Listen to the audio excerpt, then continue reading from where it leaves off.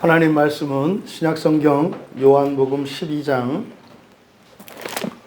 9절에서 13절까지입니다.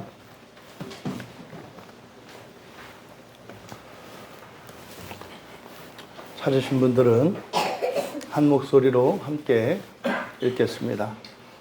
유대인의 큰 무리가 예수께서 여기 계신 줄을 알고 보니 이는 예수만 보기 위함이 아니요 죽은 자 가운데서 살리신 나사로도 보려 함이로라. 대제사장들이 나사로까지 죽이려고 모의하니 나사로 때문에 많은 유대인이 가서 예수를 믿음이로라. 그 이튿날에는 명절에 온 큰 무리가 예수께서 예루살렘으로 오신다는 것을 듣고 종려나무 가지를 가지고 맞으러 나가 외치되 호산나 찬송하리로다. 제 이름으로 오시느니 곧 이스라엘의 왕이시여 하더라. 아멘. 잠시 기도합니다.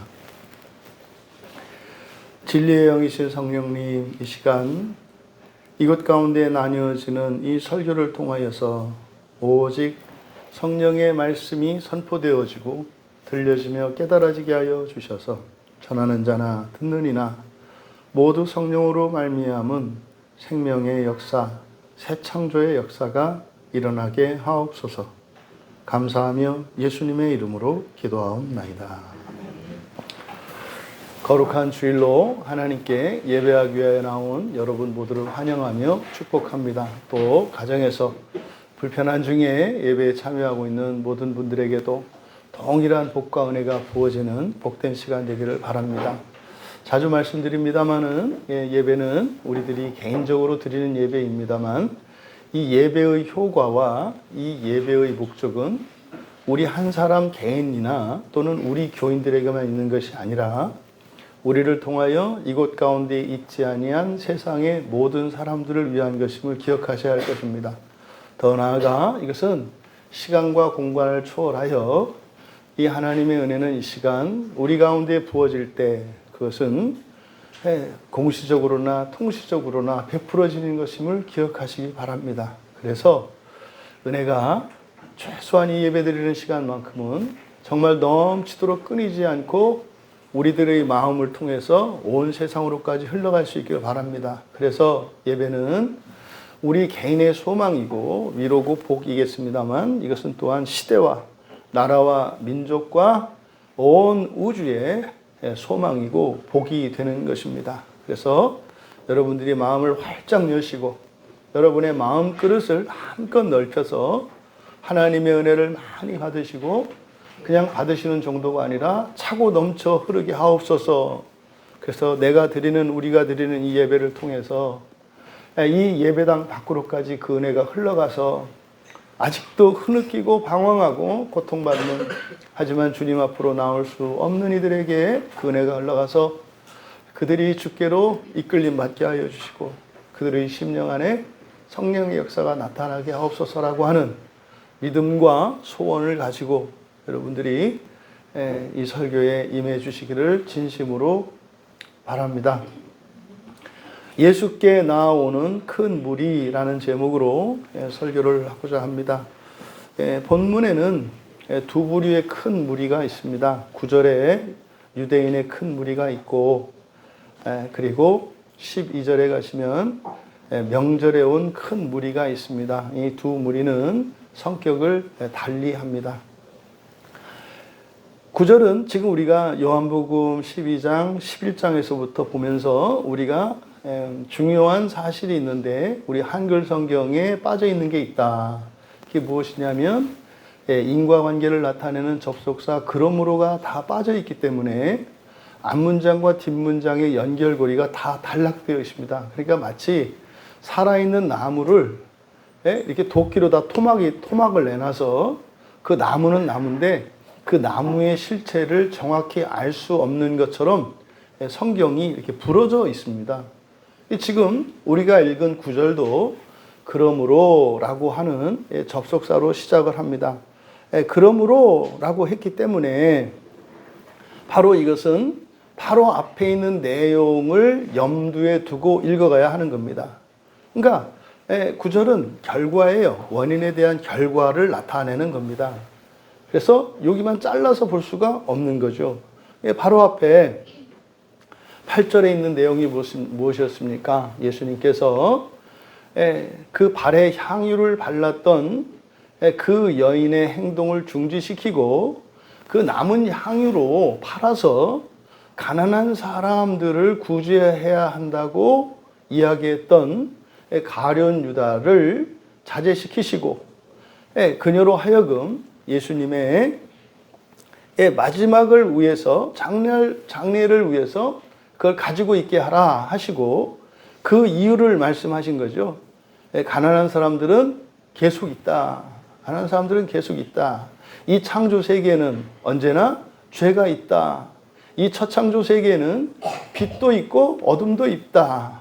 기쁨도 있고 슬픔도 있다. 이것은 이 처창조 세계에서는 극복될 수 없는 한계입니다.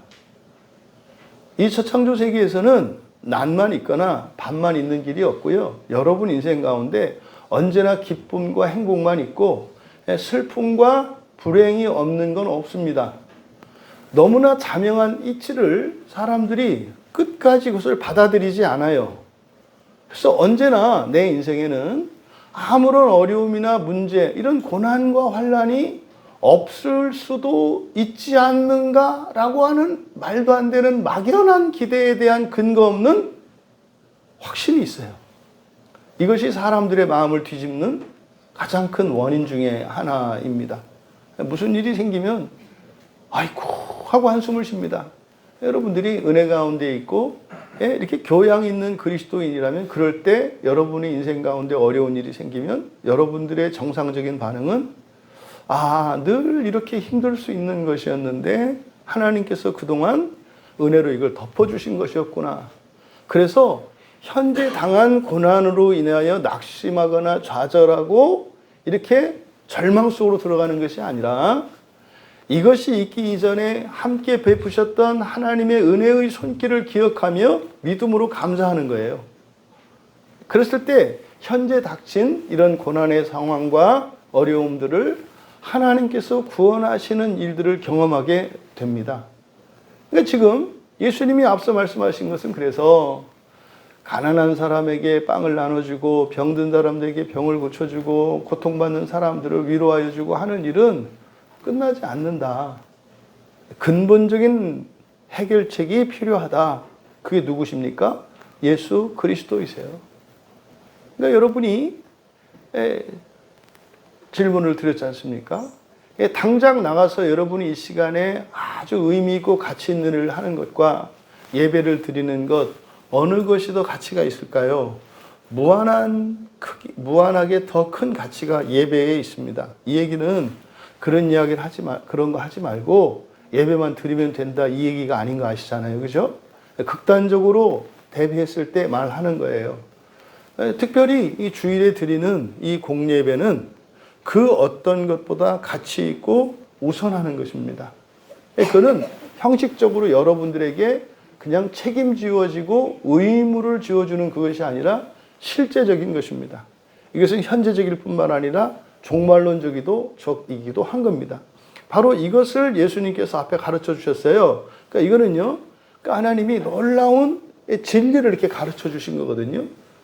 그러므로, 그럼 여러분, 예수님이 가르쳐 주신 이 진리의 말씀, 여러분들이 누군가에서 아주 소중한 정보를 얻었어요. 그러므로 그 뒤에 나올 내용은 뭐죠? 그걸 가지고 잘 활용했다든지, 아니면 그러므로 그것에 대해서 감사를 했다든지, 이것이 상식적인 인과관계 아니겠습니까? 그러면은 그러므로 그랬으니까 이 구절의 내용은 그런 내용이어야 해요. 그런데 뒤에 있는 내용을 보면 유대인의 큰 무리가 예수께서 여기 계신 줄로 알고 오니 이는 예수만 보기 위함이 아니요 죽은 자 가운데서 이렇게 나와 있거든요. 지금 이 본문을 이게 이제 오해하기가 쉽게 되어 있어요. 왜냐하면 지금 우리말 성경으로 보니까 앞에 8절에 예수님의 이런 가르침이 있었고 그러므로 큰 무리가 나왔어. 여기는 막 설교가 좋고 목사님이 설교자라고 그러니까 사람들이 많이 모이는구나. 이렇게 이해하게 되어 있단 말이에요. 그런데 말입니다. 여기에 지금 우리말 성경으로는 유대인의 큰 무리라고 되어 있는데 예, 우리가 로마서 번역할 때도 말씀드렸습니다만 심각하게 지금 우리말 성경의 허점이 뭐냐면 정관사가 빠져 있고 접속사가 빠져 있는 거예요. 그럼 여러분 정관사가 빠지면은 불분명해집니다. 그 사람하고는 완전히 다르거든요. 그러니까 지금 여기서도 유대인의 큰 무리라고 번역을 했어요. 틀렸다고 할 수는 없습니다. 그런데 그 유대인이거든요. 그러니까 유대인 그냥 뭐 한국 사람 이 민족의 분류를 말하는 게 아니라 이것은 뭡니까? 유대인들 중에서도 특정한 그 유대인들을 가리키는 거예요. 그 유대인, 그리고 여기는 유대인의라고 했습니다만 그래서 마치 큰 무리가 유대인들이었다라고 이렇게 동격으로 우리가 오해하기 쉬운데 여기에 사용된 전치사가 에크입니다. 그러니까 그 유대인들로부터예요. 그 유대인들로부터 온 많은 무리, 많은 사람들. 그럼 여러분 여기서 말하는 그 유대인은 누구겠는가? 바로 앞에서 예수님을 죽이려고 하는 사람들이에요. 그러니까 지금 이 그러므로라고 하는 이 접속사가 그냥 문장으로만 보면 예수님의 그 가르침이 있었고 그러므로 사람들이 몰려들었고 그러니까 마치 교회에 사람들이 많이 모이고 그러면 뭐가 있는 것 같고 거기 온 사람들이 그 진리를 알아듣고 오는 것 같지만 그렇지 않다니까요. 이 본문은 지금 그런 이야기가 아니에요. 그러므로라고 쓰여 있는데 사실은 그런 데예요. 의미상으로는. 내용을 보면. 근데 외형상으로는 그것의 결과인 것처럼 보인다 이 말이에요. 그러니까 그 유대인들로부터 온 많은 무리, 많은 사람들 이렇게 되는 겁니다. 근데 말이죠. 여기에 큰 무리에 밑줄 치시고 여러분들은 그냥 이게 별 얘기가 아닌 것 같습니다만 큰 무리라고 하는 이 말이 성경에 이렇게 자주 쓰이는 말이 아니에요. 만약에 여러분 이 시대에 예수님이 이 시대에 뭐 어느 교회 목사로 왔다고 칩시다. 예수님이. 그러면 어떨 것 같으세요? 예수님이 목사인 교회가 있어요. 그러면 그 교회에 어떤 일이 일어날 것 같으냐고요. 여러분 생각에. 그냥 문전성시를 이룰 것 같지 않아요? 근데요. 요한복음에서 실제로 예수님이 사셨을 때 일어난 일을 보면 2번밖에 없어요. 이렇게 큰 무리가 모인 적은 2번밖에 없다고요. 그러니까 지금 여기 12장 하고요. 요한복음 6장에서 한 번. 그러니까요. 예수님 같이 하나님이시고 사람이시고 세상이신 예수님이 뭐 죽은 사람도 살리죠. 온갖 각색 병자도 고치죠. 예, 사람들이 탐복할 만한 지혜와 지식을 가지고 있죠. 그런 예수님도 요한복음에서는 2번밖에 큰 무리가 예수님 앞에 나오지 않아요. 그러니까 이제 우리 같은 사람들은 평생에 그런 일은 일어나지 않는 거로 그냥 알면 되는 거예요. 예수님도 2번밖에 없었는데. 근데 지금 먼저 번에 큰 무리들이 몰렸던 사건, 그게 이제 요한복음 6장인데요.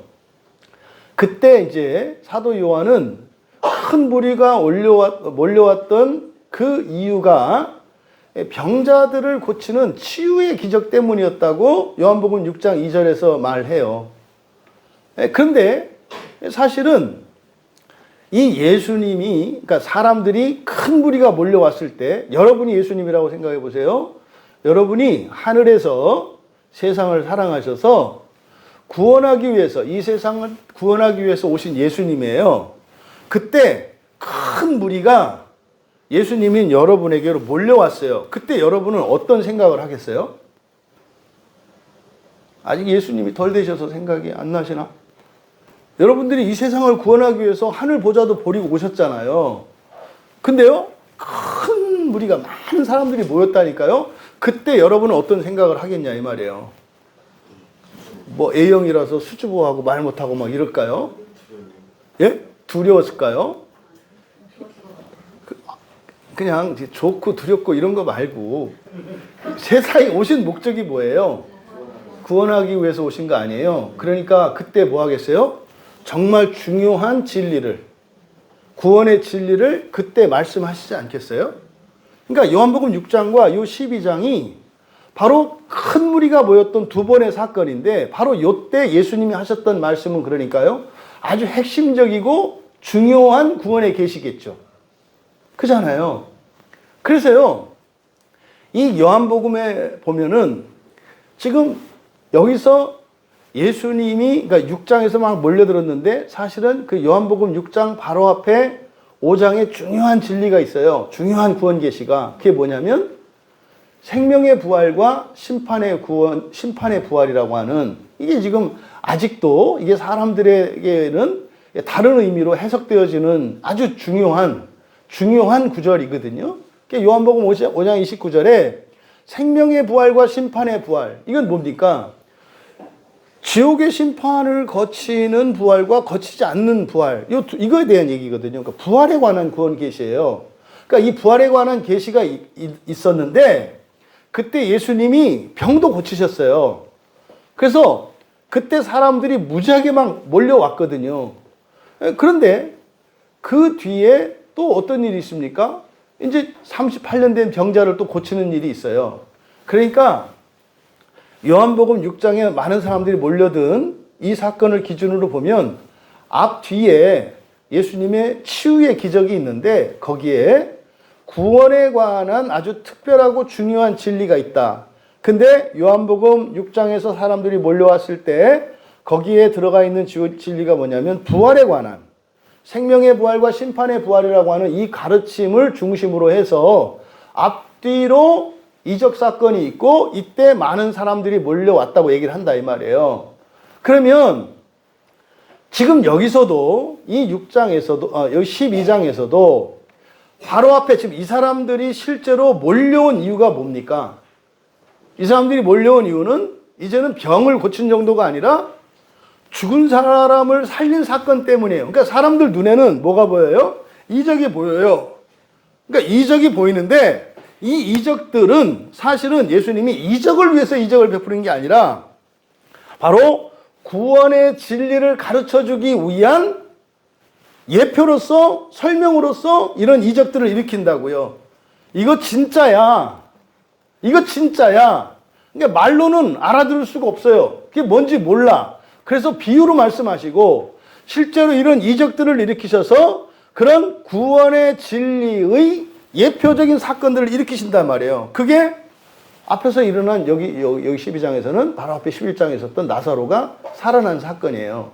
그러니까 큰 무리가 몰려들었을 때 요한복음을 기록을 하면서 큰 무리가 몰려드는 사건이 두 번 있었다는 거예요. 근데 그 두 번 다 예수님의 특별한 구원 계시와 관련이 있다는 거예요. 근데 그게 뭐라는 거예요? 부활 계시라는 거예요.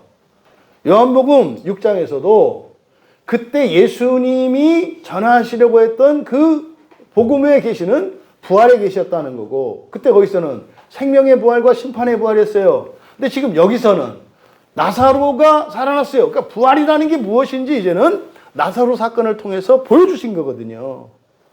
부활이라는 건 말이다. 이렇게 죽었다 살고 이러는 게 아니라 아예 죽음이 없는 거야. 불멸로 나가는 거야. 이것을 가르쳐 주시는 사건이고 실제로 나사로가 부활한 사건은 장차 예수님이 죽으셨다. 사흘 만에 살아가실 것에 대한 예표이며 여러분들이 죽었다가 다시 살아나는 그 사건에 대한 예시로 제시한 거다 이 말이에요. 나사로가 죽었다 살아나는 것은 곧 예수님이 그렇게 하실 것이고 여러분들이 그렇게 하실 것에 대한 예표적 사건이다 이 말이에요. 그러니까 큰 무리가 모였을 때 예수님이 가르쳐 주신 진리는 부활의 계시였어. 이것이 사도 요한의 설명이다 이 말이에요. 그러니까 지금 이렇게 부활의 계시가 선포되는 장면이에요. 그 다음에 여기서 여러분 요한복음에서 눈여겨보아야 되는 몇 개의 단어들이 있는데 그 중에 하나가 유대인이라고 말씀을 드렸어요. 유대인이라는 말은 여러분들이 이렇게 하도 이렇게 귀에 들어서 익숙하겠습니다만 유대인이라는 말이 성경에 그렇게 잘 쓰이지 않아요. 특히 공관복음에서는 이스라엘 사람들을 지칭하는 말로 유대인이라는 말을 쓰지 않습니다. 그냥 단지 지방을 가리킬 때 쓰고 그리고 마태, 마가, 누가복음에서 유대인이라고 하는 이 말은 예수님께만 쓰여요. 그러니까 예수님을 유대인이라고 하는 게 아니라 예수님을 유대인의 왕이라고. 유대인의 왕이라고. 동방박사들이 헤롯을 찾아왔어요. 그래서요, 유대인의 왕이 어디 계시냐. 그러니까 태어날 아기 예수를 유대인의 왕이라고 이야기한단 말이에요. 그리고 마지막 예수님이 십자가에서 돌아가실 때 법정에서 예수님을 그들이 뭐라고 불러요? 유대인의 왕이라고 한다 이 말이에요. 그리고 예수님이 십자가에 달리셔서 죽으실 때 십자가에 달려있던 그 폐 위에 써있던 말이 이자는 유대인의 왕이다. 그렇게 써있어요. 이자는 유대인의 왕이다. 그럼 여러분, 공관복음에서 유대인이라고 하는 표현은 사실은 예수님의 정체성을 나타내기 위해서 쓰고 있어요. 예수님은 지파가 어디 지파예요? 유다 지파잖아요. 유대인이라고 하는 말이 유다 지파에서 나온다고요. 그래서 예수님은 유대인의 왕으로 나서 유대인의 왕으로 죽어요. 이게 굉장히 중요한 개념이라고 그랬죠? 이게 바로 앞에서 예수님이 십자가에서 죽으시는 사건, 민족을 위해서 죽고, 이게 대제사장 가야바를 통해서 계시된 거 아닙니까? 민족을 한 사람이 죽어서 민족을 살린다면 그것은 유익하다. 그러니까 예수님의 십자가 사건은 지금 그리스도인들이 그냥 대충 뭐 예수님 그리스도 이렇게 합니다만 무슨 말인지 모르고 그냥 막 말을 해요. 그러니까 기독교가 진전이 일어나진 않는 거예요. 여러분, 우리 한민족을 위해서는 누가 죽어야 돼요? 한민족을 위해서는 누가 죽어야 되냐고요? 한국 그리스도인들이 죽어야 돼요. 한민족을 위해서는. 그러니까 요한복음에서 요한은 그렇게 서술해 놓고 있단 말이에요. 예수님이 누구를 위해서 죽었다? 이스라엘 민족을 위해서 죽었다고 말씀하신다고요. 그런데 그게 이스라엘 민족만을 죽은 것이 아니라 그렇게 해서 어떻게 해요? 세상의 모든 민족을 하나 되게 하시죠. 그러니까 이스라엘 민족을 위해서만 죽으셨어요. 근데 이스라엘 민족만을 위해서 죽으셔서 그들로 하여금 온 세상의 모든 민족을 한 민족 되게 해요. 그러니까 결과적으로는 모든 민족을 위해서 죽으신 게 돼요. 이해되세요? 이 두 가지가 함께 공존해야 된다고요. 한민족을 위해서 예수님이 죽어주실까요? 아니에요. 여러분이 죽으셔야 돼요. 그 민족의 그리스도인이 죽어야 된다고요. 그러면 그것이 예수 그리스도로 말미암아 민족 전체를 위한 게 된다 이 말이에요. 실제로 개인적으로는 내가 죽으면 나만 죽는 거예요. 그런데요, 내가 자원하여 진짜로 우리 민족을 위해서 우리 그리스도인이 정말 나의 생명을, 나의 피를 하나님께 예물로 드린다면 거기 전제는 뭐예요? 기쁨과 감사예요. 그리고요, 거기는 여러분들의 정확한 판단이에요. 이것이 나에게 유익하다라고 하는 정확한 셈법에 의해서 그렇게 한 걸 전제로 해요. 희생 이런 거 아니에요. 뭐 거룩한 희생. 웃기지 마요. 그런 거 못해요, 우리는. 우리는 무조건 남는 것을 하게 돼 있어요. 유익한 거를. 그러니까 그것이 유익하다라고 하는 판단 하에서 감정적으로 그걸 기뻐하며 그렇게 뜻을 세워서 죽었을 때 이걸 우리가 순교라고 해요. 이 순교는 그 한 사람의 신앙이 대단하다는 걸 나타내는 게 아니라 그 순교의 피는 어디에 뿌려지는 거예요? 민족 전체에 뿌려지는 거라고요. 그게 어떻게 그렇게 돼요? 예수님의 십자가 사건으로 말미암아 그렇게 되는 거라고요. 그러니까 예수님은 말하자면 예수님의 십자가 사건은 우리의 정말 없는 것 같이 작은 믿음도 무한하고 완전하게 하시고 우리의 같지 않은 선행과 친절과 이런 헌신도 완전하고 무한한 것으로 만드시는 게 예수님이세요. 하나님의 창조는 무에서의 창조만 있는 것이 아니라 물질을 가지고 새로운 것으로 만드시는 창조도 있어요. 사람은 무에서의 창조가 아니죠. 사람은 티끌을 가지고 만드셨잖아요. 그러니까 사람을 완성체라고 본다면 티끌은 아무것도 아니잖아요. 그러니까 하나님이 하시는 일은 사람이고요. 우리가 하는 일은 티끌 같은 일이거든요. 근데요, 티끌이 있어야 한다, 없어야 된다? 있어야 된다. 이거를 공로주의로 이해하면 안 돼요. 나도 티끌이니까 뭐 좀 얹었다. 얹은 거 아니에요. 티끌은 없어져요. 그게 바뀐다고.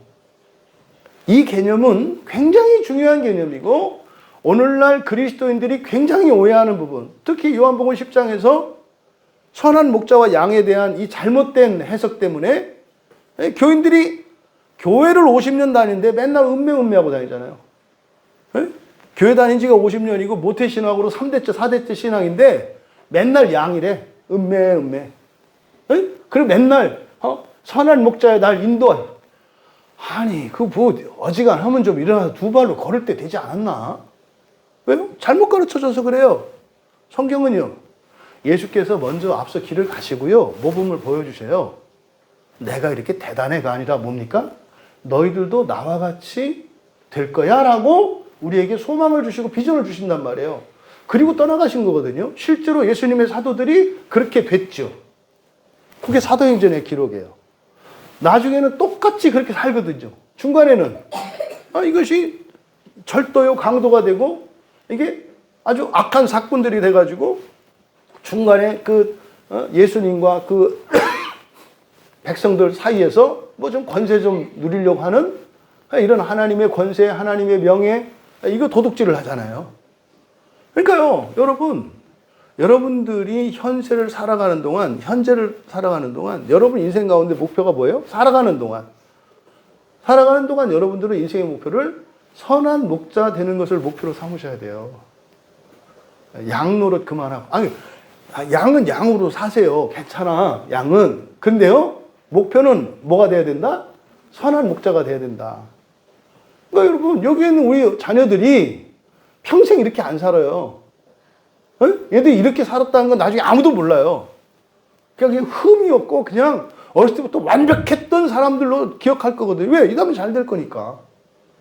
거룩할 거고 진짜로 신실한 사람들이 될 거고 나라와 민족, 시대에 의해서 쓰임받는 그런 사람이 될 거거든. 그랬을 때요, 뭐 부모님 말 안 듣고 뭐 예배 시간에 졸고 상상도 못하지. 뭐 얘기를 안 믿을 거예요. 나도 학교 다닐 때는 예배 시간에 많이 졸고 그랬어. 그냥 또 장로님이 진짜 막 그랬다고요? 안 믿어지지. 이게 안 믿는 게 안 믿어진다, 야. 뭐 이렇게 되는 거거든요. 여러분, 분명히 성경은 우리에게 이야기해요. 여러분은 양으로 시작을 해서 뭐가 돼야 돼요? 선한 목자가 돼야 돼요. 살아가는 동안은. 그러니까 몇 마리의 양을 이끌든지 간에 선한 목자가 돼야 한다고. 이게 인생의 목표로 삼으셔야 된다고. 근데 자꾸 그냥 주님은 선한 목자고, 사람은 양이래. 심지어 저 같은 목사들이 이제 아주 목사들이 자기들이 양이래요. 여러분, 양을 왜 따라가? 얘기는 절대로 목사들이 여러분들의 목자니까 무조건 따르세요, 이 말이 아닌 거 아시죠? 이때 목사는 직분이고 그 직분이 목자로서의 그 어떤 자격이랄까 이런 건 성경밖에 없어요. 성경 말씀 따라가는 거죠. 그러니까 여러분들이 이런 오해들을 바꾸셔야 된다. 지금 이 말씀을 드리는 이유는 여기서 지금 등장하는 이 유대인이라고 하는 이 말은요, 굉장히 성경에서 부정적인 말이에요. 굉장히 부정적인 말이라고요. 그래서 공관복음에서는 이 유대인이라는 말이 누구에게만 쓰인다? 예수님께만 쓰인다. 근데 그게 좋은 의미로 쓰이지 않아요. 유대인의 왕으로 태어났다고 하면서 당장 쫓겨가지고 애굽으로 도망가잖아요. 그리고 예수님이 유대인의 왕으로 불릴 때는 언제요? 빌라도 법정에서요, 마지막 사형당할 때 그때 유대인의 왕이라고 불려요. 그리고요, 십자가에 죽어요. 그러니까요, 유대인의 왕은 뭐 해야 된다? 죽어야 된다. 유대인의 왕은 죽어야 된다. 이게 공관복음에서 나오는 유대인이에요. 단 한 번 예외적으로 누가복음 7장 3절에 유대인의 장로, 그러니까 장로에게 한 번 쓰이는 경우가 있어요. 그래서 그때 이 장로는 예수님을 청하러 가는데 쓰임받는 사람입니다. 그리고 이 유대인이라고 하는 언급은 사실 이 요한복음에만 나오는 특별한 단어예요. 유대인이라고 하는 말은. 근데 이 유대인들은요, 마가는 이 유대인들의 특성을 뭐라고 이야기를 하냐면, 마가복음 7장 3절에는요, 장로들의 유전을 지키는 사람이라고 해요. 굉장히 중요한 거예요. 그러니까 성경에서 유대인이라고 하는 말은 어떤 사람들을 가리키는 말이다? 장로들의 유전, 전통이거든요. 장로들의 전통을 지키는 사람들이다. 이 말은 뭡니까? 성경이 아니라예요. not a but이에요. 성경이 아니라 무엇을 따르는 사람들? 장로들의 전통을 따르는 사람들. 이게 유대인의 특징이에요. 이게 유대교의 특성이에요. 유대교는 성경이 아니라 무엇을 따르는 사람들? 장로의 전통을 따르는 사람들. 이게 유대인, 유대교의 특성이에요. 그거 비슷한 게 누구예요? 가톨릭이에요. 가톨릭은 성경을 따르는 사람들이 아니라 무엇을 따르는 사람들이에요? 교황의 인정과 교황의 전통을 따르는 사람들이에요. 그러니까 유대인들과 예수님 당시의 그 유대인들과 비슷한 사람들이 로마 가톨릭이라고요. 그래서 종교개혁자들이 그래서 종교개혁을 한 거예요. 근데 문제는 말입니다. 그거는 유대인이냐, 유대교냐, 로마 가톨릭이냐, 뭐 이게 중요한 게 아니라 핵심이 뭡니까?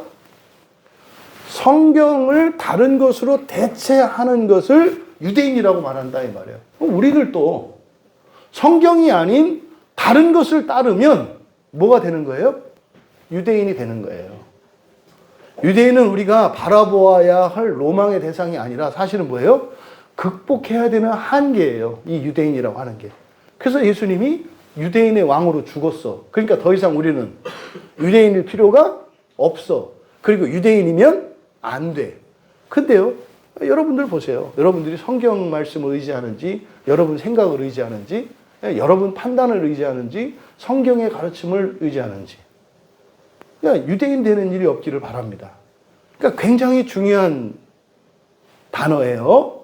그런데 그 큰 무리가 어디서 왔다? 유대인도 그냥 유대인이 아니야. 유대인도 악성이 있고 좀 양성이 있어. 그냥 성경 말고 전통만 따르는 그냥 양성 유대인도 있고 아예 성경 자체를 부셔버리고 예수님을 죽이려고 하는 악성이 있어. 이걸 암이라고 하잖아요. 네? 종양과 암이 있잖아요. 종양은 그냥 들고 살아도 되는데 암이라고 하는 거, 이 악성 종양은 뭡니까? 자기 몸을 죽여요. 그러니까 지금 그 유대인들은 바로 암과 같은 존재예요. 그래서 그 유대인들은 누굽니까? 예수님을 죽이려고 하는 사람들이에요. 그러니까 그들로부터 많은 사람들이에요. 큰 무리가 왔다라고 하는 것은 뭡니까? 지금 여기에 그 예수님을 죽이려고 하는 무리들의 1번 타겟, 첫 번째 사역, 가장 우선순위가 뭐라는 거예요? 예수님을 죽이는 게 목표라는 거예요. 지금 총력전을 벌이고 있다고 얘기를 한 거예요, 요한은. 근데 접속사가 뭐라고 그랬어요? 그러므로잖아. 이상한 얘기예요. 앞에서 중요한 구원의 계시를 얘기했어요. 그러므로 예수님을 죽이려고 하는 그들은 모든 일 다 제쳐놓고 예수를 죽이는 일에 총동원했다라고 지금 9절의 내용이에요. 그럼 이 내용을 알고 뒤에 있는 내용을 보면은 예수가 계신 줄 알고 예수를 보러 왔는데 예수만이 아니라 나사로도 보러 왔다. 이게 지금 무슨 뜻인지 아시겠죠? 그러니까 뒤에 있는 내용은 어떤 내용? 살벌한 얘기예요. 이게 막 기적을 일으키고 그래서 뭘 받으려고 한 게 아니라 뭐예요? 칼 갈고 속에다 칼 품고 그러고 왔다고 지금 9절이 이야기하는 거예요. 그리고 나서 10절에 그러면 반복되는 것 같잖아요. 대제사장들이 나사로까지 죽이려고 모였다. 그러니까 10절은 설명한 거예요. 그러니까 여기서 알 수 있어요. 사람들은 그 죽이려고 하는 자들은 맨 처음에 누구만 죽이려고 했어요? 예수님만 죽이려고 했어요. 그랬더니 누가? 대제사장들이. 아니야. 증인도 없애버려. 라고 했다고 10절에 기록을 해놓은 거예요. 그러니까 여러분, 나사로를 죽이려고 했던 이유는 뭡니까? 증인이었기 때문에 그래요. 증인이었기 때문에. 증인이었기 때문에 그도 함께 죽이려고 했다고 이야기하는 거예요. 그러니까요, 예수님이 주시는 구원이 부활이고요. 부활의 증인들도 이 대제사장들에게는 뭐다? 척결 대상이 된다. 그러니까 이들은요, 부활이 싫어요. 부활이 싫다는 것은 하나님 나라가 싫어요. 왜 그럴까요? 이 세상이 너무 좋아요. 사람은 사는 게 불편함이 없어요. 참고 견딜만 해요. 이것이 대제사장들 그리고 그 유대인들의 특징입니다. 그런데 이 무리들, 바로 9절에 소개한 이 큰 무리, 그 유대인들로부터 온 큰 무리와 대비되는 또 다른 한 큰 무리를 12절에서 소개해요. 그러니까 그 이튿날에는, 그러니까 지금 이건 뭡니까? 두 큰 무리를 이렇게 대비시키고 있는 거예요, 여러분들이. 예? 지금 뭐 우리나라 보면은 막 이렇게 뭐 한쪽에서 모여서 데모하고 한쪽에서 모여서 하잖아요. 이 두 무리를 마치 대비시키는 것 같은 그런 장면이에요, 묘하게. 그러니까 지금 이튿날에는 바로 명절의 온, 그러니까 여기 지금 바로 명절의 온이라고 하는 이것은 뭡니까? 9절에 빠져있는 그라고 하는 정관사와 대조시키는 거예요. 9절에 있는 그 유대인들은 어떤 유대인들이에요? 그 유대인들이에요. 죽이려고 하는 그 유대인들. 그런데 12절에 있는 유대인들은 어떤 유대인들이에요? 명절을 지키러 온 유대인들이에요. 이해되시죠? 그러니까 여기는 예루살렘에 와 있는데 두 개의 큰 무리가 둘로 나누는 거예요. 한 무리는 예수를 죽이기 위해서 왔고 한 무리는 유월절을 지키기로 왔대. 유월절은 사실은 예수 그리스도를 기리는 거 아닙니까? 한 무리는 예수님의 은혜를 입으려고 왔고 한 사람은 예수를 죽이려고 왔다는 거예요. 지금 예루살렘에. 이게 말이에요. 오늘 교회에 일어나는 일이에요. 이게 교회 안에 일어나는 일이라고요. 그 지금 요한이 바로 이 두 부류의 사람들을 대비시키고 있어요. 그러니까 많은 사람들이라는 것은 특별한 의미가 있다. 근데 거기에는 영적인 이런 의미가 있다. 그것을 너희들이 깨달아야 된다. 이런 거죠. 그러니까 공통적인 거는 예수가 있는 걸 아는 거예요. 공통적인 건 예수가 있다는 건 알아. 근데 목적이 다르다 이 말이에요. 하나는 죽이려고, 하나는 도움 받으려고. 이거죠. 그러니까 지금 이튿날 그들이 왔어요. 그러니까 예수님이 오신다는 소식을 듣고 유월절을 지키러 왔대요. 유월절이 뭐라고 그랬습니까? 죽음에서 넘어가는 거잖아요. 유월절은 단지 출애굽기에서 나오는 출애굽 당시에 장자들을 잃어버리지 않는 그 어떤 역사적 의미만 있는 것이 아니라 유월절에 여러분들에게 주어지는 유월절의 의미는 어떤 의미예요? 지옥을 가지 않는다는 뜻이에요. 유월절이라고 하는 의미는 여러분들이 예수를 믿음으로 지옥에 가지 않을 수 있게 되었다는 걸 말해요. 근데 어떻게 안 가게 되었다? 대신 죽어서. 예수님이 대신 죽고 예수님이 대신 음부에 내려가셨기 때문에 여러분들이 안 갈 수 있게 되었다는 걸 의미하는 게 유월절이에요. 그러니까 유월절이라고 하는 절기는 이스라엘의 절기고 우리와는 상관이 없고 그런 게 아니에요. 그러니까 여러분들이 유월절을 믿으십니까? 믿는다는 얘기는 여러분들이 지옥 가지 않을 수 있다는 것을 믿는 거예요. 근데요, 한편으로는 뭐가 있다고요? 그런 건 없어. 이제 다 지나간 거야. 그러니까, 이게 구약의 율법 폐기론자들이 있거든요. 그게 무슨 의미인지 모르고, 유월절을 절기를 지키는 방식은 주일로 다 들어왔죠. 하지만 유월절의 가치와 의미는 여전히 살아있는 거예요. 예수님이 유월절의 양이라고 하는 것은 여러분들이 죽어서 지옥에 가지 않을 수 있게 된 이유가 또 그 일을 이루신 분이 누구시라는 거예요?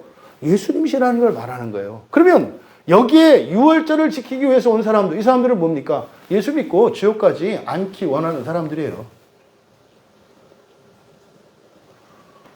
한번 여러분 생각해 보세요. 여러분 주변에 크리스찬들이 있잖아요. 지옥 가지 않기 위해서 신앙생활을 의식적으로 그리고 의지적으로 이렇게 하는 분들이 다는 아닐 것 같지 않으세요? 심지어는 지옥에 대해서 생각을 한 번도 해본 적이 없어요. 지옥이 아니라 뭐예요? 그냥 살아가는데 어려운 걸로 꽉 차 있어서 살면서 겪는 고난이나 고통이 사실은 사후에 지옥의 맛보기라는 것을 전혀 연결시키지 못하는 사람들이 대부분이에요. 그러니까 신앙의 주권이 다 자기에게 있어요. 그러니까요, 어떻게 상식 이하의 일들이 일어날까? 여러분들이 종종 보지 않아요? 주변에 있는 그리스도인들에게서. 왜 그래요? 지금 여기 유월절 절기를 지키러 온 사람들은 절대로 그럴 리가 없어요. 절대로 그럴 리가 없어요. 그렇게 하는 사람들은 오히려 예수를 죽이려고 하는 사람들, 구원의 진리를 거부하는 사람들이거든요. 그러니까 지금 12절에 그 유월절 어린 양을 치워버리려고 하는 사람들, 그러니까 예수님을 죽여서 십자가에 매달려고 하는 사람이 있고, 그죠? 또 한풀이는 십자가에 달리신 유월절 어린 양의 은혜를 받고자 하는 사람들이 있다 이 말이에요. 죽이는 자가 되지 말고 죽는 자가 되라. 죽이는 자가 되지 말고 죽는 자가 되라. 그러면 죽는 자가 되면 예수님이 살리실 거다. 죽이는 자가 되면 살리심을 받기 위해서는 치러야 할 대가가 있다. 뭐예요? 죽이는 자가 죽는 자가 되기까지의 그 중간 과정, 이 연단이 남아있다 이 말이에요. 이거는 반드시 거쳐야 돼요. 이 사람들이 예수님이 오신다는 소식을 듣고 이제 종려나무 가지를 가지고 맞으러 나와 외치되 호산나 찬송하리로다 주의 이름으로 오시는 이 곧 이스라엘의 왕이시여. 여기서는 유대인의 왕이라고 하지 않고 뭐라고 그러셨어요? 이스라엘의 왕이여 그랬죠. 이스라엘은 야곱의 바뀐 이름이죠. 그러니까 이스라엘은 오늘날로 말하면 그리스도인이라고 생각하시면 돼요. 야곱은 거듭나기 이전의 사람이고 이스라엘은 거듭난 이후의 사람. 창세기 1장의 아담과 창세기 2장의 이쉬. 그리고 이스라엘의 역사에서는 야곱과 이스라엘. 그리고 신약에서는 거듭나기 이전의 사람과 거듭난 사람. 이렇게 여러분들이 구분하시면 돼요. 근데 공관복음에서는 예수님을 누구라고 부른다고요?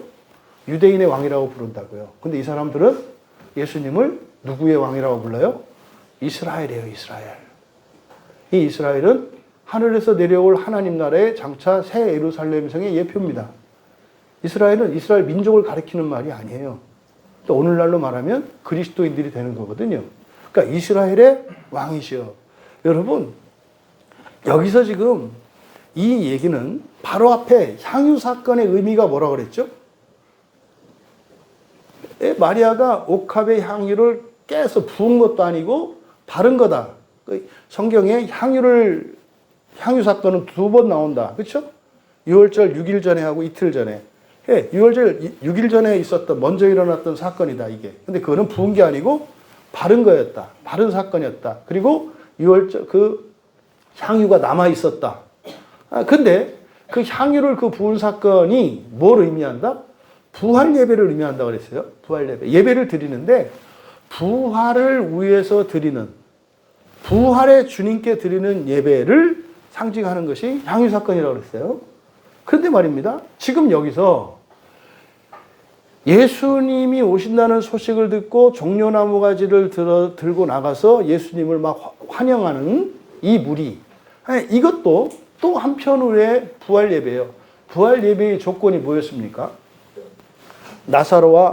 마리아와 마르다와 나사로가 한 일을 통해서 섬김이 있어야 되고 또 하나가 교제예요, 교제. 그리고 섬김과 교제가 있으면 결과적으로 어떤 일이 생긴다? 향유를 부을 수 있는 향유를 가지게 되는 그런 은혜의 일이 생긴다. 그래서 이거 향유를 붓는 일은 아무나 하는 게 아니다. 먼저 뭐가 있어야 된다? 섬김과 그러니까 예배를 드리고 말씀을 통해서 은혜를 받으면 복을 받아요. 그러면 부을 수 있는 또 바를 수 있는 향유가 생겨. 말하자면 뭐 돈도 생기고 환경도 바뀐다 이 말이에요. 그럼 이거는 아무나 붓는 게 아니라고요. 이런 은혜의 결과가 산 가운데 있는 사람들에게만 허용된 거라고요. 그래서 향유는 단지 이렇게 절대적인 가치로만 환산하면 안 된다. 그 사람에게 귀한 것, 그게 향유다. 그러니까 향유가 가격이 얼마고 이런 거는 참 무의미하다. 그래서 과부가 드리는 두렵더니 요거 동전 하나도 향유가 된다 이 말이에요. 근데 그게 그 여인에게는 지극히 큰 것이다 이 말이에요. 그러면 지금 여기서 예수님이 오시네요. 그러니까 일단 예배를 드리면 예수님의 임재가 절대적으로 필요하잖아요. 오늘날로 예수님의 임재는 무엇이 예수님의 임재에 대한 보증이다?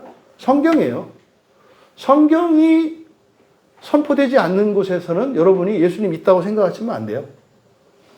성경은 예수님의 말씀, 하나님의 말씀이잖아요. 그러니까 성경이 있는 곳이라야 하나님의 임재가 있어요. 이렇게 막 뜨뜻해서 임재를 느끼는 게 아니에요.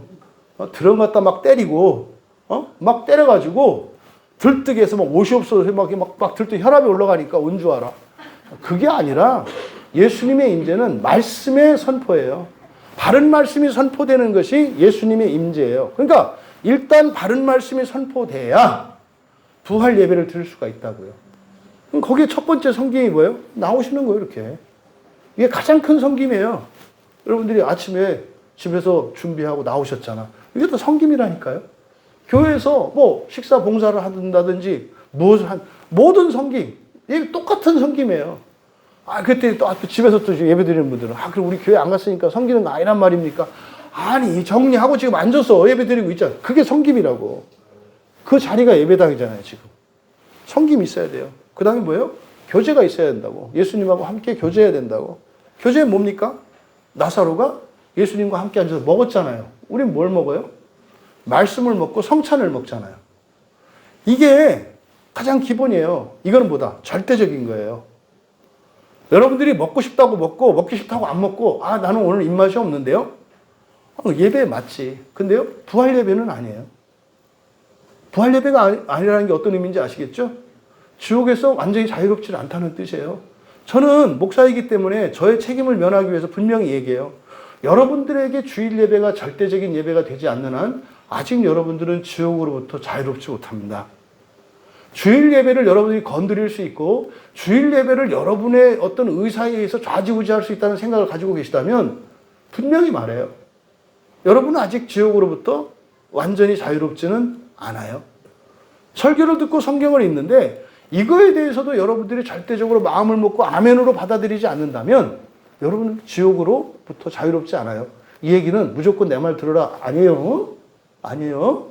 여러분들이 의심이 들고 이해가 안 되고 하는 것을 얼마든지 물어보고 얼마든지 얘기해라. 그것과 목회자의 설교의 권위에 대한 건 별개 문제예요. 또 다른 문제라고. 이게 이게 교제예요. 말씀과 교제. 그럼 섬김과 교제가 있으면 반드시 어떤 일이 일어난다? 이게 예물을 드릴 수 있게 돼요. 여러분이 아무리 가난하고 빚이 아무리 많아도 여러분이 말씀이 선포되는 곳에서 섬김이 있고 교제가 있으면 반드시 여러분의 삶의 변화가 반드시 일어나요. 이거는 예외가 없어요. 어떻게 장담하냐고요? 안 되거든. 떠나세요. 무조건 된다니까요. 뭐가 될 수도 있고 안 될 수도 있어. 웃기지 마요. 반드시 돼요. 하나님이 창조할 수도 있고 안 할 수도 있어요. 반드시 하세요. 근데 왜 안 일어나요? 여러분의 결단을 안 해요. 결단을 안 한다고. 교제와 섬김이 견고하지가 않아. 여차하면 판을 깰 생각이야. 그러니까 향유를 부을 기회가 없어요. 향유를 부은들 빛내가지고 막 그거 붓고 지가 엎어져. 그거는 배팅이지. 예물이 아니지. 예물은 뭐예요? 기쁨과 감사로 넘치는 것으로 드리는 거예요. 향유를 부으려면 어떻게 된다고요? 향유가 있어야지. 그러니까 뭐 훔쳐서 해요? 빚내서 해요? 아니라니까요. 그리고 향유는 그렇게 많은 것을 비싼 것이 아니라니까요. 그 사람에게 값진 것이라니까요. 그러니까 우리 수아도 향유를 부을 수 있어요, 없어요? 있어요. 좋아하는 인형 이런 거 얼마나 어렵겠어. 좋아하는 인형 바치기가. 그게 쉽지 않다 이 말이에요. 하지만 그렇게 되어질 때 바치지 않아도 바칠 수 있는 사람이면 되는 거예요. 이게 부활 예배다. 근데 지금 여기서 예수님을 맞이하는 이 사람들이 하는 행동을 보세요. 예수님이 오시는 거 알았대요. 예수님이 오시네요. 부활 예배의 조건. 예수님이 임재, 오셔야 돼. 예수님이 오시는 거 알았대요. 그랬더니 이 사람들이 어떻게 해요? 종려나무 가지를 집어 들었대. 뭘 들었네? 종려나무 가지를. 그게 뭐 이제 종려나무 가지가 뭐 왕을 환대하, 뭐 상관없어요. 뭐 종려나무든 소나무까지든 그 중요한 게 그게 아니라고. 어쨌든 이들은 뭐예요? 예, 예물을 준비한 거예요. 주님을 위해서. 주님을 위해서 뭔가를 준비한 거예요. 종려나무 가지를. 그리고 어떻게 했어요? 만나기 위해 바깥으로 나갔죠. 여기서는 그냥 대충 종려나무를 가지고 맞으러 나가 외치되 이렇게 지나갈 수 있는 게 아니에요. 이 동사는 굉장한 의미를 부여하고 있어요. 뭐 어떤 의미? 부활 예배를 지금 하려고 하는 거예요. 나사로가 죽었다 살아난 이후에 예수님이 지나간다는 얘기를 듣고 찾아가서 영접했죠. 예수님 오신다는 소리 듣고. 그때 그래서요. 마르다가 섬기고, 그리고 나사로가 예수님과 교제하고, 그리고 마리아가 향유를 붓죠. 똑같은 사건이라고 요한은 지금 얘기해. 니들 이거 똑같은 건지 알겠니? 이거요. 예수님이 오신다는 걸 들었어요. 마리아와 마르다로 들었어요. 그때 어떻게 해요? 막 달려나갔잖아요. 그러니까 이들이 종려나무를 가지고 맞으러 나가다. 이 나가다 그냥 나갔다 이렇게 하면 나가다 풀어서 밖으로 나가는 거예요. 밖으로 나가는 거라고. 그러니까 뭐요? 의도적인 행동입니다. 그러니까 만나기 위해서, 예수님을 만나기 위해서 나간 거예요. 지금 이게 지금 약화되어 있어요. 우리말 성경에는. 원문은 그렇게 되어 있어요. 만나기 위해서 바깥으로 나갔다. 여러분들이 만나기 위해서 집 바깥으로 나와서 교회 오셨잖아. 이게 지금 부활 예배에 대한 설명이에요. 그리고 그들이 어떻게 돼요? 예, 크라우 가서, 이 크라우 가서를 막 외치는 거예요. 그러니까 이런 거. 교회에서 통성 기도라는 거 있잖아요. 주여 삼창. 이거 한번 할까요? 이게 그거예요, 이게. 외장 지른다 그러지 막. 죄야! 막 쇳소리, 목소리 만드는 거. 창도 아니고 뭐. 그러니까 이게 지금 외치는 거 외치. 그러니까 이건 사실 뭐예요? 기도거든요. 기도는 왜 기도? 그리고 그 기도, 이들이 막 외친, 부르짖은 그 내용이 뭡니까? 호산나 찬송하리로다 주의 이름으로 오시는 이 곧 이스라엘의 왕이시여. 이때 호산나, 호시아나, 이게 뭐냐면 지금 구원하소서예요. 뭐라고요? 지금이에요, 지금. 그러니까요, 어떤 상태예요, 지금 내가? 구원이 필요한 상태야. 근데 구절에서 온 사람들은 뭐예요? 지금 죽이고 싶은 사람들이고, 여기서 온 외치는 이 사람들은 지금 구원이 필요한 사람들이야. 지금 구원하소서. 지금 구원하소서. 내 어두운 마음을 위로하시고 구원하소서. 내 가정을, 내 일터를, 이 나라와 이 민족을 호시아나. 지금 구원하소서. 지금 구원하소서. 이게 지금 이들의 외침이에요. 이게 기도죠. 찬송하리로다. 그러니까 축복받으신 분이시여, 이런 뜻이에요. 축복받으신 분이시여. 뒤에 있는 설명이죠, 전부 다. 주의 이름으로 오시는 이 곧 이스라엘의 왕. 이스라엘의 왕이에요, 이스라엘의 왕. 이스라엘의 왕, 부활의 주님이에요. 유대인의 왕은 사람의 왕으로서 죽어요. 이스라엘 왕, 부활의 주인으로서 사시는 분, 영원히 사시는 하나님이라는 뜻이에요. 이게 말입니다. 요한계시록 가보세요. 요한계시록 7장 가보세요. 요한계시록 7장에 가면은 인침받은 자들에 대한 얘기가 나오거든요. 흔히 말하는 저기 뭡니까? 신천지라는 데서 좋아하는 14만 4천 등 선착순 14만 4천 명 선착순 오시면 지옥 안 가고 구원해드립니다 해가지고 대박 냈잖아요. 신천지 주식회사 대표이사 이만희. 그 아주 종교 기업으로서 아주 성공한 기업이에요. 신천지는 교회가 아니라 기업이에요, 기업. 그냥 이만희 씨는 그냥 대표이사인 거고. 뭐 그 사람들은 뭐 목자 뭐 이런 얘기하는데 그 사람들은 다 보면 부장 전부 다 이런 사람들이거든요. 회사예요, 회사. 그러니까 거기 가면 안 된다, 구원 못 받는다 그러지 마세요. 여러분 어느 회사 가면 구원 못 받아요? 거기 그냥 회사예요, 회사. 그러니까 거기 간 사람들은 뭐 하는 거예요? 교회 안 다니는 사람들인 거지. 뭐 거기 가면 구원 못 받고. 여러분 예수님이 어떤 사람이 어디 가면 구원을 못 하고 어디 가면 구원할까? 그 말도 안 되는 신성모독 아니에요? 그러니까 거기가 뭐가 있다. 아니 거기 가나 여러분들이 회사 출근하는 거나 뭡니까? 또 통일교에서 그 나오는 그 일화식품 이게 또 통일교니까 또 뭐 언제 이것도 먹자 말자고 또 막 한참 하다가 또 삼육두이는 또 안식일교에서 만드는 거니까 막 하다가 그래도 또 뭐 그게 좋긴 하다더라 해서 결국 먹긴 먹는데 불편하고 이게 그런 말도 안 되는. 그러니까 명확한 지성을 갖고 생각하시라니까. 신천지는 교회가 아니라 뭐다? 회사예요, 회사. 뭐? 월급 안 받고 월급 바치는 회사. 그러니까 그런 회사가 여러분 그 악덕 기업주잖아요. 그러니까 보통 사람이 아닌 거예요. 아니 원래 회사는 돈을 주고 사람을 고용하는 건데 직원들이 돈을 내면서 막 일을 하는 회사 끝내주잖아요. 이마희 씨는 막 자도 기쁘고 일어나도 기쁘고 그럴 것 같아. 왜? 지옥을 몰라서 그래요. 지옥을 모르니까 기쁘지. 왜? 돈 들어오는 생각하니까. 그러니까 여러분 이렇게 잘못된 제발 이렇게 쪼잔한 그 구원관이나 이런 거 좀 제발 갖지 마라. 그러니까 지금 요한계시록 7장에 보면은 14만 4천에 대한 소개가 나오는데 지파별로 쭉 나와요. 근데 여기 5절에서부터 보면 여기가 이제 유다 지파에 대한 내용이거든요. 보세요.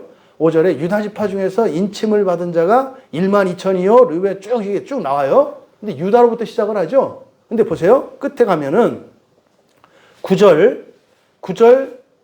9절부터 10절까지 같이 읽겠습니다. 이 일 후에 내가 보니 각 나라와 족속과 백성과 방언에서 아무도 능히 셀 수 없는 큰 무리가 누가? 큰 무리가 나와 흰옷을 입고 손에 종려가지를 들고 보좌 앞과 어린 양 앞에 서서 큰 소리로 뭘로? 큰 소리로 어떻게? 외쳐서 이르되 다 같이 구원하심이 보좌에 앉으신 우리 하나님과 어린 양에게 있도다. 똑같지 않아요? 똑같아요. 여기 또 여러분들이 신학적으로 되게 중요한 본문이에요. 11절에 거기 보면요. 모든 천사가 보좌와 장로들과 네 생물의 주위에 있다가 보좌 앞에 엎드려 얼굴을 대고 하나님께 경배하되, 경배 절하는 거거든요. 성경에 창세기 1장에서부터 요한계시록 이전까지 천사들이 하나님께 경배한다는 얘기가 나올까요? 안 나올까요? 상식적으로는 당연히 나와야 할 것 같지 않아요? 근데요, 여기가 최초예요. 에덴 동산으로 내려갔던 사탄이 무릎 꿇는 자리가 여기라고요. 이게 지금 뭐예요? 부활을 보면 사탄이 뭐라 그래요? 아, 하나님 맞네요. 사람이 부활하여 우리를 다스리고 우리는 그의 부림을 받는 일꾼이 맞네요. 굴복되는 자리예요. 이게 7장.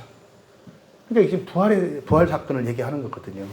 그러니까 지금 여기서 예루살렘에서 이들이 13절에서 불렀던 이거는요, 종말의 부활의 영광의 예표예요. 이게 엄청난 사건이에요. 근데 보세요. 하나는 멸망을 향해서 예수님을 죽이려고 하고요. 하나는 부활의 소망으로 이렇게 살아나고 있잖아요.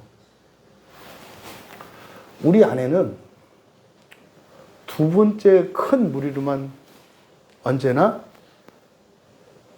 가득 차기를 바라요. 우리 가운데 그 유대인들로부터 나온 무리는 단 한 사람도 없길 바라는 게 제 소원이에요. 그 다음에 제가 죽어서 주님 앞에 갈 때 너를 만났던 교인 중에 누가 저기 있다? 전 이게 제일 두렵고 제일 끔찍해요. 그러니까 저에게 목양을 받았던 모든 이들은 바로 흰옷을 입은 요한계시록 7장에서 나오는 14만 4천의 큰 무리 안에 있길 바라요. 14만 4천이라고 하는 것은 완전수를 말한다 그랬어요. 완전수. 네. 12, 12는 모든 민족을 의미하는 거거든요. 모든 사람. 그래서 단지 이렇게 1등부터 14만 4천 이런 의미가 아닙니다. 근데 여러분, 정말로 우리 광야교회 함께 예배 공동체, 우리 지체들 모두는 그 첫째 부활에 참여할 수 있기를 축복하고, 근데 그것이 여러분 한 분만이 아니라 여러분을 통해서 여러분의 부모, 형제, 심지어는 여러분의 조상과 자손들에 이르기까지 바라기는 여러분을 아는 모든 사람들이 여러분으로 인해서 그렇게 될 수 있기를 축복합니다. 여러분, 예수님 앞에 몰려오는 큰 무리들이 있는데 서로 다른 두 무리가 있다는 것을 사도 요한은 교훈하고 있는 거예요. 2000년 교회 역사 속에 많은 사람들이 교회로 몰려왔어요. 많은 사람들이. 거기에는 두 무리가 있다는 거예요. 교회의 이름으로, 예수의 이름으로, 성경으로, 성령으로 말미암아 살아나는 이들이 있었고, 또 교회 안에서 죽어가고 멸망하는 이들이 있었다는 사실을 요한은 말씀하셨는데, 너무나 마음 아프고 속상하고 화가 나는 것은 이렇게 말씀을 해주셨는데도 불구하고 이 경고의 말씀을 귀담아 듣지 않고 받아들이지 않아서 그 말이 맞다는 것을 증명하기 위해서 살아가는 교회가 됐다 이 말이에요. 교회 왔다가 지옥으로 떨어지는 사람들이 얼마나 많았을까요? 교회 이름으로 저질러진 온갖 역사적인 악행과 죄악, 이 시대에도 종교의 이름으로 하는 이런 광신적인 파렴치와 무도함들이 오늘날도 볼 수가 있어요. 여러분, 교회는 그 어떤 경우에도 미움을 정당화하지 않습니다. 분열을 정당화하지 않습니다. 기독교는 언제나 사랑과 연합이 가장 우선하는 가치예요. 물론 거기에 조건이 붙죠. 뭐에서? 진리 안에서. 진리 안에서. 또 성령으로 말미암아 우리가 하는 것이 아니라 진리 안에 있을 때 연합할 수 없는 원수와 같은 자가 진리 안에 진리 때문에 함께 있어. 둘이 원수예요. 원수가 아닌 게 아니에요. 근데 진리 안에 있음으로 해서 성령으로 말미암아 이 원수가 뭐가 돼요? 친구가 돼요. 왜 친구가 될까요? 서로 오해였다는 것을 알게 돼요. 서로는 원수인 줄 알았지만 우리가 서로 사랑하는 사이였다는 것을 반드시 깨닫게 돼요. 그래서 진리 안에 있으면 성령께서 그렇게 만들어요. 그래서 사랑의 관계로 변화되게 되는 겁니다. 근데요, 진리가 없으면 그게 안 돼요. 그게 없다고. 부디 여러분들을 통해서 정말 교회 안에 있는 그 유대인들로부터 나온 무리는 완전히 사라지고 정말 절기를 지키기 위해, 다시 말해 부활을 위해서 교회에 나오는 무리들로 가득 찬 우리 광야교회, 전 세계 교회가 되기를 주님의 이름으로 축원합니다. 여러분, 기독교 신앙의 핵심이 뭡니까? 하나님 나라와 부활이에요. 하나님 나라와 부활. 이게 말하자면 수학 문제의 정답이에요. 하나님 나라와 부활. 그러면 그 풀이 과정이 여러분들이 알고 있는 복음 진술, 여러분들이 알고 있는 조직신학 체계들, 구원론, 교회론, 성령론 하는 이런 모든 것들이 풀이 과정이에요. 풀이 과정. 어떻게 사람이 부활하여 부활로 하나님의 자녀가 되는 동등인 천사, 동일한 천사가 되는가? 그건 말도 안 되는 소리거든요. 그거를 설명해 주는 게 성경이에요. 아니, 어떻게 영원한 하나님 나라, 죽지 않는 하나님 나라, 어떻게 날마다 더 좋아지는 나라가 있어? 그거 말이 안 되죠. 근데 그것을 가르쳐 주는 게 성경이에요. 믿음으로 받아들였을 때 그 믿음으로 성령께서 여러분을 변화시켜서 이해할 수 있게 만드신다니까요. 그렇게 되면 그다음부터 여러분들은 이제 죽은 목숨이에요. 왜? 여러분은 아는데 암만 설명해도 다른 사람 못 알아듣거든. 그리고 여러분의 얘기를 다 오해하거든. 그래서 돌멩이 맞고 죽을 거거든. 나사로 보세요. 부활을 경험하고 부활의 증인이 되니까 어떻게 돼요? 확실한 증인이 되니까 죽이잖아요. 이거는 변치 않아요. 이건 변치 않는다고.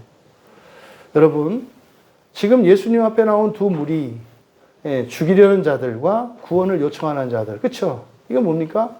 사실은 신앙의 주권의 문제예요. 신앙의 주권을 전적으로 주님께 맡기는 자들이 아니라 자기들이 신앙의 주권을 갖고 있는 이들이 있어요. 이게 죽인다고 해서 막 죽이는 게 아니에요. 하나님 말씀을 여러분들이 받아들이지 않으면 그게 예수님을 죽이는 거예요. 쳐버리면. 뭐 때문에요? 신앙의 주권이 다르기 때문에 그래요. 또요, 부활을 믿는 사람과 부활을 원하는 사람들이에요. 부활을 믿지 않는 사람과 부활을 원하는 사람들. 이 사람들은 구원관이 달라요. 그러니까 구원의 목표가 다르다 이 말이에요. 그러니까 이 땅에서의 구원관, 현세적이고 세속적인 구원관을 가지고 있는 사람과 종말론적이고 하나님 나라의 구원관을 갖고 있는 사람들은 인생의 방식과 이게 숨이 달라요. 호흡이 달라요. 방식도 달라요. 그리고요, 사건에 대한 이해도 다르고 평가도 달라요. 또 6월절 절기를 지키지 않는 사람들, 절기 지키러 온다고 해놓고 절기를 지키는 게 아니라 엉뚱한 짓 하고 있잖아요. 그러니까 여러분 설교 시간에 설교 안 듣고 엉뚱한 짓 하고 있어. 그게 뭐예요? 그 유대인들로부터 나온 무리들이라니까. 그러니까 여러분이 마음대로 설교 시간에 딴 생각해도 된다? 아, 돼요. 뭐 왜 안 되겠어. 근데 그것 때문에 지옥의 값을 치르시겠습니까? 이런 얘기하면 되게 부당하게 느끼신다면 여러분들은 지옥과 가까운 사람이에요. 아, 제가 뭐 하려고 이런 얘기를 하겠어요, 여러분들한테. 예배 똑바로 드려요. 제가 뭐 선생입니까? 여러분에 관한 이야기이기 때문에 가감없이 말하지 않을 수가 없는 거예요. 그러니까 예배 시간에 예배에 집중하시고 하나님과 교제해야지. 왜 예수님하고 밥 안 먹고 엉뚱한 데 가서 딴 사람하고 밥 먹고 얘기하고 있냐고. 조심하셔야 돼요. 그러니까 절기를 지키지 않는 사람과 절기를 지키는 사람들. 그러니까 부활 예배잖아요. 그러니까 이들은 예배의 가치가 달라요. 어떤 사람들은 의무적인 형식이고 예배가. 어떤 사람들은 이 예배가 사실은 부활을 위한 절대적인 하나님의 은혜를 받는 시간이 돼요. 정리합니다. 여러분, 누가 누구에게 예배를 드리는 것인지, 여러분들이 부활 예배는 성김과 교제와 예물이 있는데 그러함에도 불구하고 식탁에 같이 앉아서 예수님이랑 밥 먹는다고 맘먹으려고 하지 마라. 절대로. 우리는 그러하면서도 뭐다? 예배자예요. 이걸 잊지 마셔라. 또 예배자라고 하니까 또 뭐 쫄아가지고 또 이렇게 하지 마라. 응? 친구처럼 해라. 하지만 이걸 잊지 마라. 하나님의 절대 주권을 잊지 마라. 그래서 우리가 부활의 주인이신 예수 그리스도 삼위일체 하나님께 예배드리는 예배자인 것을 기억하셔야 돼요. 그래서 마음껏 우리가 떠들고 마음대로 생각을 얘기할 때가 있어요. 그리고요, 잠잠히 귀 기울여 들어야 할 때가 있어요. 이 예배 시간이에요. 그래서 여러분이 여호와를 경외하는 것과 예수 그리스도를 믿고 성령을 의지하는 게 나타나는 시간이 예배 시간이에요. 다른 게 아니에요. 성경은요, 애매하고 모호하고 신비적이고 이러지 않아요. 명확해요. 명확해요. 이걸 여러분들이 기억하셔라. 또 여러분은 무엇을 위해서 예배를 드리고 있는가? 이거 자꾸 되뇌이셔야 된다니까. 지워져요. 최소한 주일 아침에 교회 오는 동안만이라도 생각하셔라. 내가 왜 교회 왜 가고 있지? 자꾸 암송을 하셔라. 첫째 부활을 위해서 간다. 하나님 나라를 위해서 간다. 이걸 자꾸 암송하셔라. 바라기는 토요일 저녁에는 좀 최소한 생각하고, 성경 본문도 좀 한번 읽고, 찬송가도 집에서 같이 한번 불러보고, 바라기는 주중에 매일 그랬으면 좋겠다. 여러분들이 아침에 눈을 뜨고 출근하고 하루를 시작할 때 내가 왜 살지? 첫째 부활을 위해서 산다. 하나님 나라를 위해서 산다. 그러니까요, 어떤 일이 일어나도 괜찮다. 이거를 여러분들이 일상생활 속에서 늘 상기시킬 수 있었으면 좋겠어요. 그리고 여러분들이 드리는 예배가 형식적이고 의무적인 예배인지, 그리고 실질적인 부활 예배인지, 여러분들은 여러분들의 이 예배, 이 주일에 드리는 주일을 거룩하게 지키는 여기에 과연 여러분에게 성김과 그리고 교제와 예물이 있는지. 예물은 누구나 다 할 수 있다. 사실은 가난할수록 귀한 예물을 드리기가 쉽다. 여러분, 큰 부자 돼서 귀한 거 드리기 무지하게 어렵다. 여러분들 한 달에 100만 원 벌 때 10만 원, 10분의 엄청 큰 거잖아요. 생활비의 10분의 1이잖아요. 근데 여러분 소득이 1,000만 원으로 늘어났어. 여러분 생활비가 1,000만 원 아니잖아요. 그죠? 그러면은 100만 원은 10만 원의 10배인데 훨씬 작아요. 그럼 이제 일이 좀 커질 수 있어. 여러분 한 달 소득 1억이야. 걱정되죠? 그래서 사람들이 부자 안 돼요. 그 걱정돼서. 사람들이 어떻게 생각하냐면, 저 그냥 한 1억 되게 해주시면 11조 딱 할게요. 1,000만 원. 너는? 아니, 제 얘기는 하지 마시고 1,000만 원 한다니까, 헌금을. 9천만 원 갖고 뭐 하게? 이 생각을 못해, 이 생각을. 여러분, 망해요. 망한다고. 그러니까 왜 그런 생각을 해요? 부활이 목표가 아니기 때문에 그래요. 부활이 목표가 아니라는 건 뭡니까? 지옥은 나와 상관이 없다고 하는 낭만을 가지고 있어. 이게 너무너무 마음이 아픈 거예요. 협박하는 거 아니고요. 사실을 말씀드리는 것 뿐이에요. 여러분을 위한 거이기도 하지만 사실은 저는 저를 위한 것 뿐이에요. 저는 이거 말 안 하면 지옥 가거든요. 저 지옥 안 가려고 말하는 것 뿐이고. 근데 그것이 여러분들에게도 유익이 되었으면 좋겠다. 정리합니다. 2025년 어떤 이들에게는 이미 예배가 이미 전부터 부활 예배였기 때문에 그 부활 예배가 여러분의 예배가 그 부활 예배로서 더욱 견고하고 확실할 수 있게 되기를 바라고요. 또 어떤 이들에게는 아직 예배가 부활 예배가 되지 않았다면 정말 영광스러운 그 부활 예배의 원년이 되는 2025년이 되었으면 좋겠어요. 여러분, 성경의 약속을 의심하고 판단하고 그것과 따지기 위해서 나오는 큰 무리가 아니라 성경의 모든 약속을 절대적인 하나님의 약속으로 믿고 소망하며 간구와 기도로 나오는 큰 무리가 되기를 축복합니다. 두 번째로 부활을 약속하신 그 삼위일체 하나님께 예배하고 그 첫째 부활을 위한 성김과 교제와 예물이 있는 부활 예배가 기쁨으로 자원하여 드려지기를 축복합니다. 세 번째로 여러분들이 드리는 모든 예배가 형식적인 의무 그런 예배가 아니라 부활의 주님과 만나는 그래서 진리 안에서 성령으로 우리의 본성의 변화가 끊임없이 일어나며 그 주님과의 교제를 통해서 점점 주님을 닮아가는 일들이 나타나는 그리고 여러분의 삶 속에 참으로 내 안에 있는 본성적인 변화의 결과로서 여러분의 환경의 변화가 일어나기를 그래서 성령께서 여러분 안에 일으키신 그 놀라운 구원의 일을 부인할 수 없는 그래서 새로운 힘으로 더 큰 힘과 자원으로 하나님을 뜨겁게 사랑하고 예배하며 그래서 여러분을 통해 온 나라와 민족과 여러분들의 가문이 살아나기를 주님의 이름으로 축원합니다. 찬양 준비해 주시고요. 이쯤 하십시오, 여러분. 큰 물이 의미가 없는 거 아닙니다. 근데 그것이 위험할 수 있어요. 위험할 수 있어요. 중요한 것은 어느 물이냐 이 말이에요. 내가 어느 물이냐. 여러분들이 예수를 믿고 살아가는데도 여전히 하나님 나라에 대한 소망이 이렇게 와닿질 않아. 그리고 여러분이 현재의 삶에 너무 이렇게 매진되어 있어. 뭐 좋은 일이든 나쁜 일이든. 여러분 그 심각한 거예요. 그를 돌같이 굳은 마음이라 그래요. 여러분들이 예수님께 나오는 두 부류의 큰 무리가 있다는 사실. 하나님 정말 부활을 위하여 나오는 복되고 거룩한 그 무리에 속하기를 원합니다. 우리 교회 모든 교인들, 우리 사랑하는 부모, 형제, 일가, 친지, 더 나아가 이 땅에 있는 모든 그리스도인, 더 나아가 모든 사람들이 그렇게 되기를 원합니다. 그래서 제가 더 큰 은혜를 조금 더 받기 위해서 힘쓰겠습니다. 조금 더 견디겠습니다. 내가 애쓰고 힘쓰는 거 하나님 예물로 받아주시고 정말 한 사람이라도 더 그 부활 예배로 그 거룩한 첫째 부활로 인도하여 주시옵소서. 우리가 함께 말씀의 의미를 생각하고 정말 주님이 가신 그 길을 따라 세상을 구원하기 위하여 우리 가문을 구원하기 위하여 이 시대를 구원하기 위하여 살겠습니다 라고 하는 결단과 함께 찬양합니다.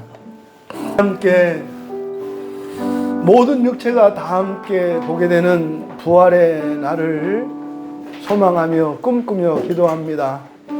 앞서간 성도들, 하늘에 있는 천사들, 영광 중에 계신 우리 주님을 두 눈으로 직접 뵙는 그 날이 올 것입니다.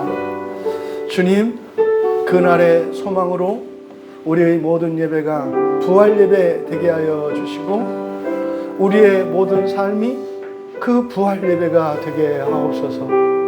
교회에서는 물론이요 우리의 가정과 일터에서조차 부활을 소망하는 자의 삶으로 살아가는 우리가 될 수 있도록 하나님 그래서 주님 앞에 나아가는 복되고 거룩한 무리에 속한 이 땅에 인류가 다 되게 하옵소서. 그 소망을 위하여 하나님께 은혜를 구하며 또한 결단하며 그것을 위해 내가 내 십자가를 지고 고난을 결단하며 영광을 알고 명예롭게 그 길을 기쁘게 걸어가겠습니다. 주여, 나는 약합니다. 힘주시고 은혜를 주시고 오직 말씀에 의지하여 성령을 의지하여 승리하며 나아가게 하옵소서. 우리들의 한 걸음 한 걸음이 이 세상에 일어나는 하나님의 구원의 거룩한 일이 되게 하옵소서. 같이 기도합니다. 하늘에 계신 하나님 아버지, 이 땅의 모든 사람들이 흰옷을 입은 거룩한 큰 무리가 되기를 원합니다. 마지막 한 사람까지 거룩한 무리에 속하게 하셔서 주님의 기뻐하시는 그 영광스러운 부활에 임할 수 있기를 원합니다. 사람의 생각으로는 요원하고 불가능한 것 같지만 참으로 작고 보잘것없는 저희들의 믿음으로 또한 저희들의 소망과 사랑으로 그렇게 하시겠다고 하는 하나님의 계획이 있는 줄 믿사오니 사랑하는 우리 지체들과 저희들 모두가 함께 다시 결단하며 주님 가신 그 길을 각자의 십자가를 지고 기쁨으로 자원하여 영광스럽게 걸어가게 하옵소서. 그래서 마침내 하나님께서 그 일을 이루어 주실 것을 소망하며 기쁨으로 감사함으로 인생의 하루하루를 살아가게 하옵소서. 감사하며 예수님의 이름으로 기도하옵나이다.